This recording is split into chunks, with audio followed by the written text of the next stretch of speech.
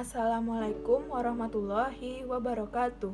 Perkenalkan, nama saya Ailani Audrey dari kelas 12 IPA 5 SMA Negeri 2 Padang. Baiklah, di sini saya akan membahas peranan sel elektrolisis dalam kehidupan sehari-hari.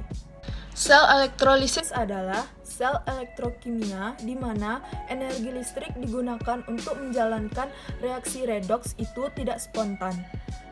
Prinsip kerja sel elektrolisis yaitu menghubungkan kutub negatif dan sumber arus searah ke katoda dan kutub positif ke anoda sehingga terjadi overpotensial yang menyebabkan reaksi reduksi dan oksidasi tidak spontan dapat berlangsung. Susunan sel elektrolisis. Yang pertama, sumber listrik yang menyuplai arus searah atau DC. Yang kedua, anoda. Anoda adalah tempat terjadinya reaksi oksidasi. Yang ketiga, katoda. Katoda adalah elektroda tempat terjadinya reduksi. Yang keempat, elektrolit. Elektrolit adalah zat yang dapat menghantarkan arus listrik. Berikut ini adalah gambar susunan sel elektrolisis. Pada gambar ini terlihat rangkaian sel elektrolisis lelehan NaCl. Sel elektrolisis tidak memerlukan jembatan garam seperti halnya sel Volta. Elektroda yang digunakan dapat berupa elektroda inert seperti platina atau grafit. Reaksi elektrolisis. Secara umum, elektrolisis lelehan senyawa ionik melibatkan reaksi redoks yang lebih sederhana.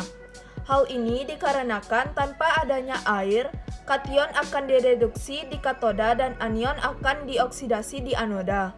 Sebagai contoh, pada elektrolisis lelehan MgBr2 dan ion Mg2+ akan tereduksi di katoda membentuk logam Mg dan Br-, akan teroksidasi di anoda membentuk gas Br2.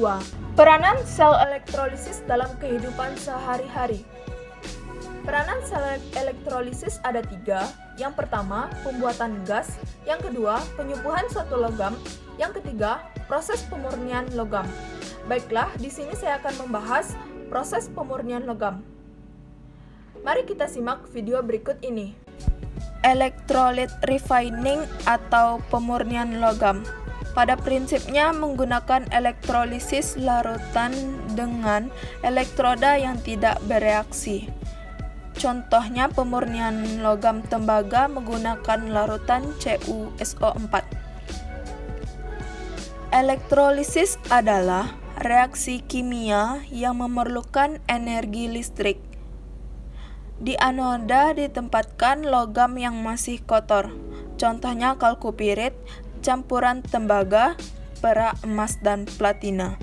Pada saat listrik dihidupkan, maka di anoda akan terjadi reaksi oksidasi dari tembaga membentuk kation tembaga 2 positif. Aliran elektron dari anoda ke katoda.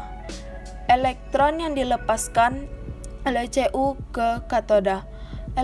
Elektron-elektron yang di katoda akan ditangkap oleh kation Cu2 positif dari anoda.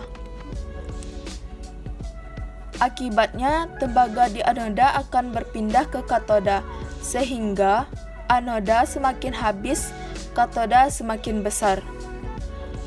Di samping itu, terbentuk hasil samping elektrolisis yaitu lumpur, emas, perak, dan platina. Reaksi di anoda oksidasi tembaga dan di katoda reduksi kation tembaga. Sekian penjelasan dari saya. Wabillahi taufik wal hidayah. Assalamualaikum warahmatullahi wabarakatuh.